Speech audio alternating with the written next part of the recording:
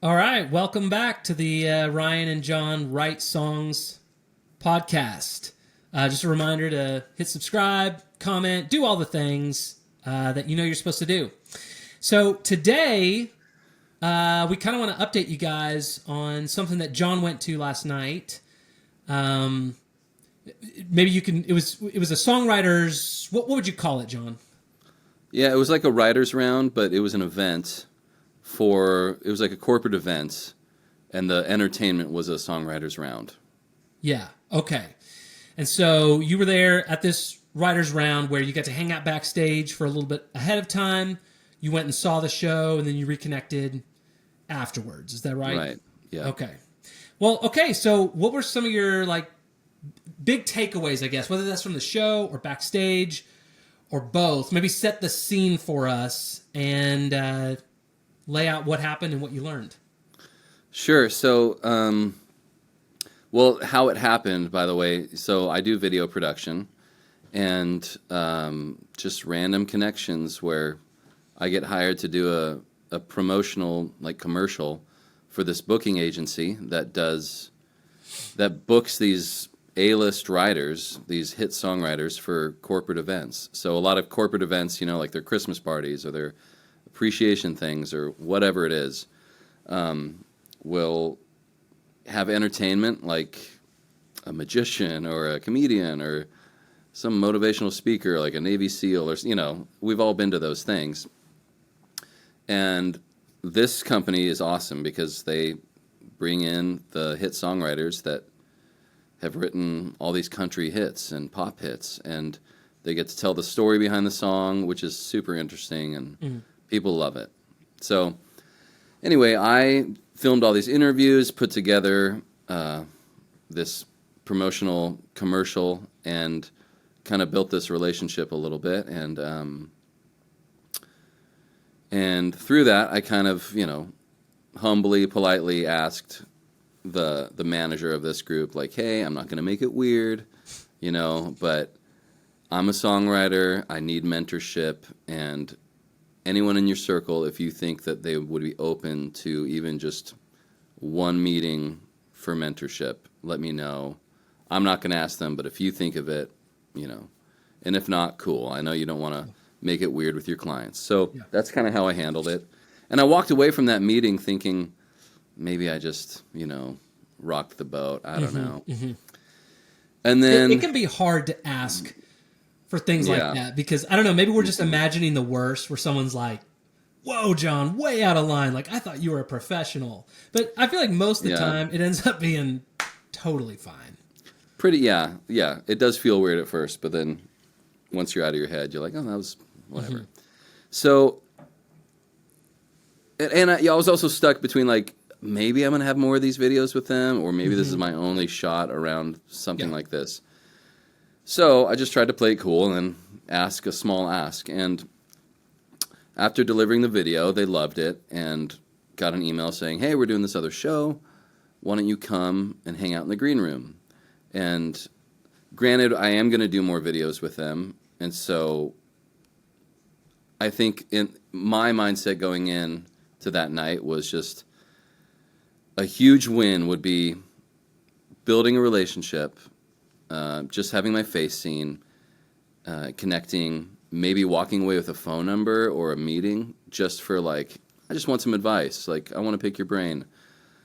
And also going in with low expectations because well, maybe, through other videos I'll warm them up and, maybe that can happen more naturally. So I go there, hang out in the green room, and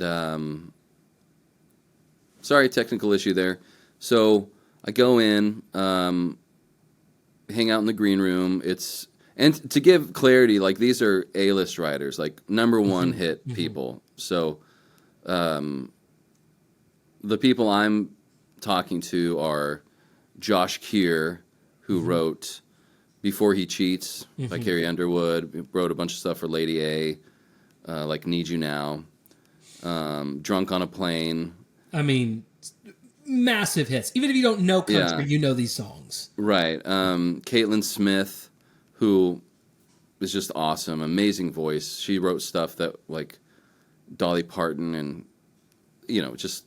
I mean, ridiculous. Like, right. So, Megan Trainor, I think she did stuff for Megan Trainor.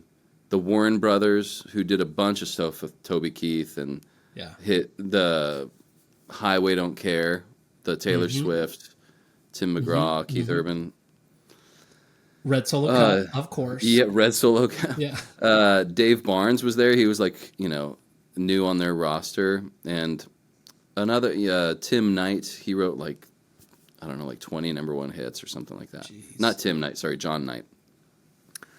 And they have more on their roster that I've met in doing these video interviews, but it was just an interesting group of people. Yeah.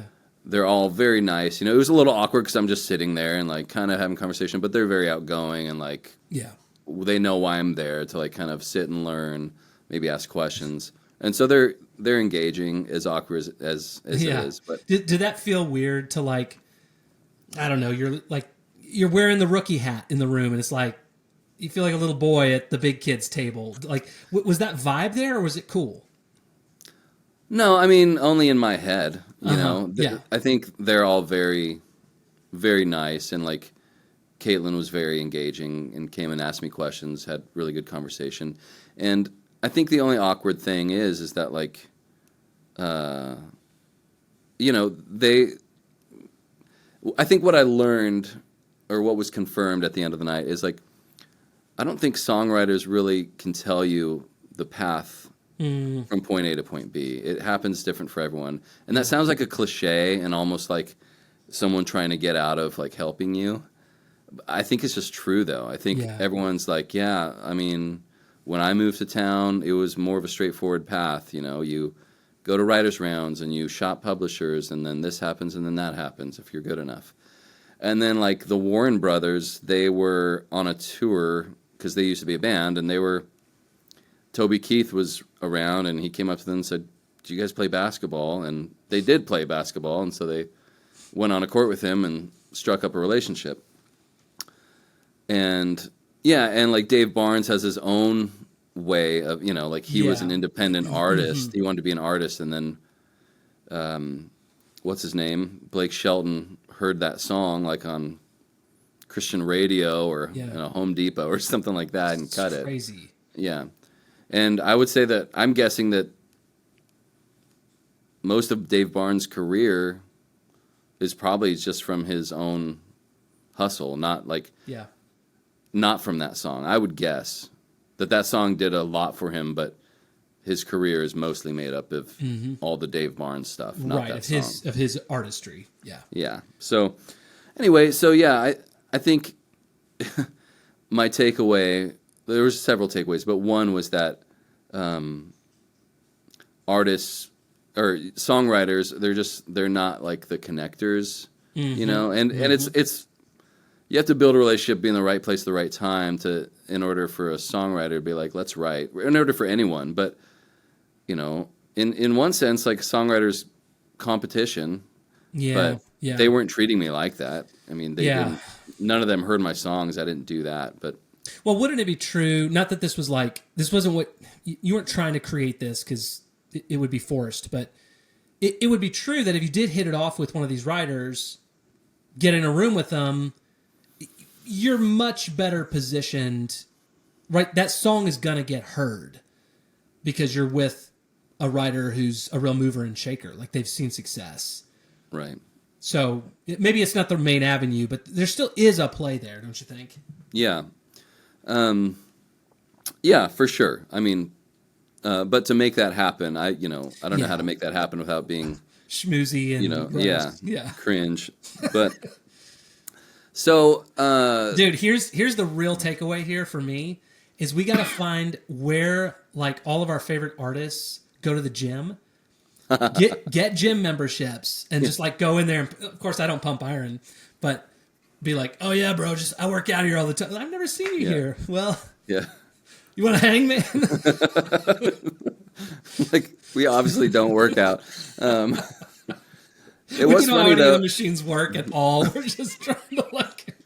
Get in the same like room. pulling on the wires that lift the weights. You know?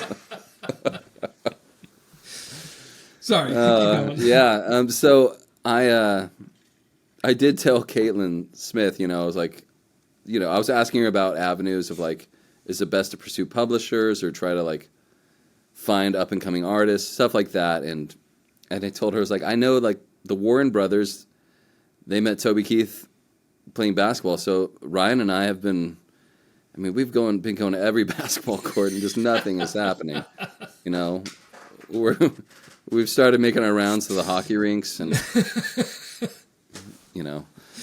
so she appreciated that. That's awesome. But yeah, it was cool. It was a little bit like, I got some advice. It's like, you guys should definitely join NSAI and call ASCAP and BMI and ask for someone who listens to songs, which all just kind of felt like that was interesting to hear that. But I was like, are you sure? Like, I just didn't know. Yeah. Is this just like vague advice that you give to everybody kind of thing? Yeah. Is this the way that like people can kind of, I don't know. I don't know if it was going to be helpful or like you get taken advantage of. I have no idea. Right. Or is this like an MLM, but just like a huge one that's existed for, I don't know. So I kind of disregarded those, but he's like, no, it's super helpful. You should do it. So we're going to do that. Yeah. And then it was kind of just chill after that. The show started. I watched the show. They're great. Was there any big moments there? Like, I'm sure they're not talking craft from stage, but were there any stories that really jumped out at you as, or spoke to you as a songwriter? Good question. Well, I thought the Warren brothers, they are just funny regardless. They're just like pretty insane, honestly. Like their stories are just, sometimes I'm like, I can't believe you guys share those stories with people in public. Like, okay. So Red Solo Cup was written from the heart. Yes. Okay, cool. Yeah. But those guys are like sober. They've like, it's part of their story. They've like recovered for 20 years, but still like the vein of like insane is still there. Nice. But they had a funny story about Highway Don't Care, which they had pitched to Taylor like, I guess 2 decades ago. Wow. And she loved it and said she wanted to cut it, but then like album after album, it just was never there. And then finally, and he's like, it's weird being a grown man listening to every Taylor album, just like, yeah. But then finally they were going to cut it, and she called and was like, thank you for saving the song for me. And he's like, absolutely, and even though like he had been shopping it to every artist he could, so it wasn't like he had it on hold for her. It's just of like, course, Taylor, like, I would wait forever for you. Right. It just never worked out. But, to her, he's like, of course, it is always your song. Only you, Taylor. Right. So I thought that was interesting. And also, talking to one of them backstage, I was kind of confirmed a hunch, which is in writing, if you're writing with an artist, because a lot of artists want to be in the right. So, it's not just, hey, I have this fully fleshed out song. Do you want it or not? Yep. But as songwriters, like we're not just going to leave songs half baked on the shelf. Like we're fully prepared as possible. And I was talking to one of them and they're like, oh yeah, I come into a write with like 4, like I am prepared. And sometimes it never goes that way. Sometimes we write something on the spot, but if they want something, then I present an idea. And I was like, and then do you kind of leave room for them, like present it as an idea, and then where the song's going to go, and you kind of lead them there with breadcrumbs. They're like, absolutely. Whoa. Yeah. I wondered that. Yeah, and they're like, because some artists, they're like amazing people, amazing artists, amazing singers, but they're just not like awesome songwriters. Yeah. And That's they'll have ideas. Yeah. And some of them are good and some of them aren't. And you got to play like this role of like, great idea. And then later on, you're like, what about this? And kind of take, because that's your job. You're the professional songwriter, and you want to take it to the end. And it's just good business to be like, I have the song already written. Yeah, I might as well write it again with them, because that's the way it's going to get cut. dude. Well, just to like bring that home to our experience, this is a little bit of a different story, but a couple weeks ago, you and I, this is for the audience, John and I wrote with an artist, Charlie McNeil, and he's a country writer, and we had a couple songs lined up. One of them we brought up, this song called IKEA. We had verse and chorus like almost done. And so I play it through the whole verse and the full chorus, and he kind of chuckled at the hook, like he was connecting with it. And then as soon as we were done, it was kind of like, well, okay, yeah, like should we pursue that song? I don't know if you remember what he said, but he was like, yeah, I don't know. It's it's kind of tough when a song is like already baked. Why don't we just kind of take a new idea? And then he wanted to run with an idea he had. And I felt like that was sort of a teaching moment of like, yeah, like bringing it fully cooked like that. Unless you have a really great relationship with someone. But for a first time, they don't want to jump in on something that's already cooked. Yeah. And just throw their name on it. Anyway, just to kind of, I feel like we experienced that firsthand. Yeah, and it might just be about the relationship, because you and I have no problem throwing each other stuff and just inviting each other in and getting excited about it. Yeah. But maybe as an artist, if I were an artist and someone's like, hey, you want this? It might, depending on your personality, it might speak to you as like, well, I don't want to just be a puppet, Right. I don't want to just be a show, like a pony boy. Like, I want to be an artist, I want to have some kind of claim on this, not out of pride or ego, but just out of, that's what they want, they want it. So I could get that. And then once you're over that hump, you can, maybe if you have a relationship with them, maybe you can, swap back and forth. If that's the kind of relationship it is. Yeah. Yeah. Sorry, I cut in there, but yeah. No, it's great. I think that's, we're just learning, discovering, confirming. So, any other nuggets or little things of wisdom or any wins that came out of the night? Yeah, so definitely a win for the night. I stuck around, shook everyone's hand, said great job, and it's just amazing how this always works. Like one of them is trying to do a video project, and they knew that I did their video and loved it, and then asked me for advice.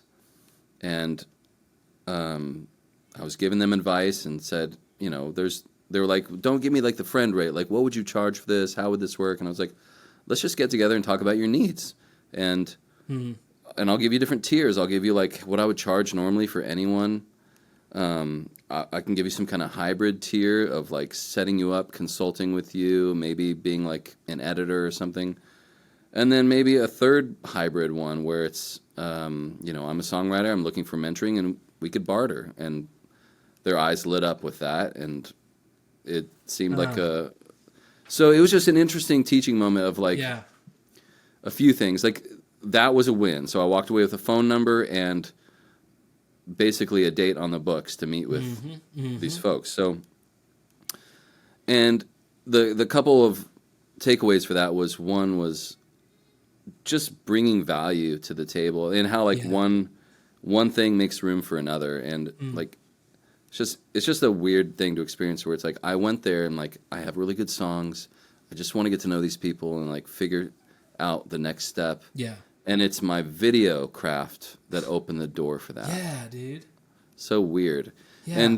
But it's like, because that's what someone needed. Like, they don't need my songs. Right. Maybe a publisher, an artist would be interested in my songs, but what am I bringing to value to that relationship? And that's just like a teaching moment for networking. It's like, it's not about schmoozing. It's not about, people see right through that when you got the eyes that you're just staring through them of like, what can I get out of you? You have to, they want to know what they can get out of you too. And they don't want a weirdo. So like, it has to be a good hang, and it has to be like a mutually beneficial thing. And apart from that, just chill out, And then, so yeah, that was, and then I think what a win from that relationship if it builds into a relationship, not only mentorship of just like, hey, I just want to pick your brain on like, how do you approach songwriting? How do you approach working with an artist? How do you, blah, blah, blah. Stuff like that. The chances of them saying like, let's write together. Sure. Very small. Sure. And I wouldn't go into that asking that because that would feel a little it's a big heavy. Ask. Yeah. But me working with them on their video project, getting to know them getting to know me and my songs, and just building that relationship. If they're a decent person and they like my songs, they're probably going to be like giving me some advice or pointing me in the right direction or saying, you should really talk to this guy, this publisher, or, right. Or they're in a room and like this artist really wants this thing and they're like, we don't have that thing, but like I remember this song by this guy and it's perfect. Like we should call him up. Right. So I think the best I can hope for is that will lead to them pointing me to someone else, like a publisher, or if I'm doing video projects for these folks and they're bringing other people into those projects, it just widens the pool of people we know. That's so cool, man. I mean, similarly, like the lessons I take from that is, I don't know, I guess I think of it like, we have a goal. So it's like, imagine a building and there's a room in there that we want to get into. And it's a big building. So you don't know exactly how to get there. You can't see inside. But you start knocking. You knock on the front door. You just say, hey, like I'd like to come in. I can offer this. I can do this. You get into that room. There's a bunch of doors in there. You might knock on one of those. And you just start like moving your way through. It's kind of an encouraging way, I guess, to think about networking, because not any one moment has to have all this pressure on it. It's not like, oh, like last night is the thing. We've got to make connections and we've got to make it happen. No, you're just showing up. You're providing value. You're asking questions. You're being useful.